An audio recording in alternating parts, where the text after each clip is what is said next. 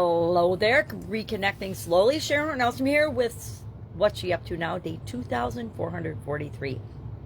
I hop on every day and I document the journey that I am having as I transition from the brick and mortar corporate world of businesses to the online world of business. I say the good, the bad, and the ugly because some things work out really, really well for me and for other people that try them. Other things, not so much. And some things I just plain flop on my face attempting to do until I practice and tweak and figure out, make it my own, and then find a way to make a strategy or a technique or a practice work for me if it's in alignment with my core values and goals and what I want to accomplish in the world. So today in the Let's Grow Annual Challenge, we're focusing on communication this month, and we're sharing, much to our chagrin, perhaps, maybe not, maybe you're not embarrassed. I'm sometimes a little embarrassed, but not really. It takes a lot to get me embarrassed these days. I get riled up, but I don't really get embarrassed. So we're sharing an improvement area with respect to communication that we want to work on. And I actually shared two. I'm sure I have a whole lot more than that, but two right off the bat, and talked about them. So I'm not going to talk about it again here because it's a topic I generally don't even touch on. And for Supersize Your Business, we're talking about how our customers expect and how we want to meet their expectations by providing expanded customer support and customer service availability in different formats, different ways of doing it and expanding it so that they can reach out to us in the way that feels and works best for them. Nowadays, almost everybody's walking around with a cell phone. At least most of our customers are. They wouldn't be our customers if you've got a digital component to your business at all. Billions of people have mobile devices that are actually more powerful than any computers that existed, because they didn't exist when I was younger. We had access to. And so we need to make sure, absolutely positively, that our customers can reach us through their digital devices. And that means having digital options and digital customer service platforms and formats, or live chats, or text or chat bots, whatever works for you and your organization. We need to be expanding into those technologies and making sure that we're there, because I guarantee our competitors are going to be. And even if they're not direct competitors, everybody is vying for the same limited amount of attention that human beings have nowadays. It's why I spend zero bandwidth of my mental capacity and attention on the media, on television, on mainstream media. As far as I'm concerned, that's the devil. It's just a propaganda machine. But in and of themselves, every other type of information is the same thing. So we need to separate ourselves from that and say, okay, I read that.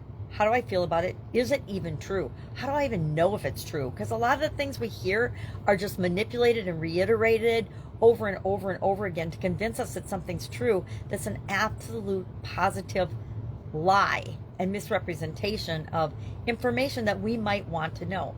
And one of my most laughable things is certain people online just say fact check, fact check, fact check, and the truth is they've never fact checked anything. They're just regurgitating what they've heard somewhere else. They haven't done their own research. They haven't done their own fact checking, because guess what? We as even Americans don't have access to the information we would need in order to fact check darn near anything, right? It's not available to us. We can go on different platforms. We can search it on Google, but we have already figured out that Google and Facebook and TikTok and all the other platforms, with maybe the exception of X, but I don't know either. They used to have fact checkers. They were terrible in the last election until Elon Musk bought Twitter and turned it into X. It was the worst of the worst platforms.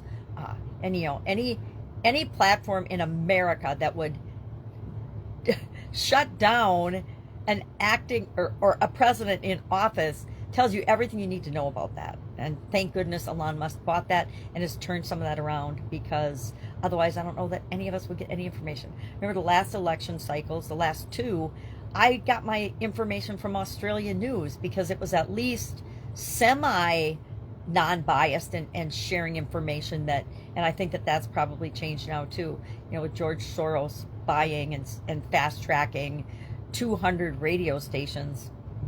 Do we stand a chance in getting any real information. It's worse than, or as bad as World War II days in terms of propaganda and information and using it against our own people, which, in my humble opinion, is domestic terrorism and should be outlawed. But President Obama secretly wrote that into one of the many 5,000-page documents and powers that he gave himself. And so, again, I haven't fact-checked that. I don't have access to that information, but I've seen it reported enough by people I respect that I don't know 100% that it's true. But since it's playing out every day in our lives, I think that obviously it's true, because nothing's happening to the media that is lying right to our faces. You know, mainstream media can say whatever they want as long as it agrees with the one party that they have been bought and paid for by.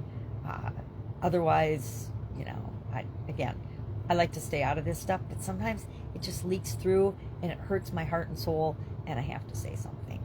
All right, that's all I've got today. Sunday here in my neck of the woods, so I'm spending it with my family, getting ready for the week ahead. If I can help you in any way, hit me up and ask. Otherwise, have a terrific day.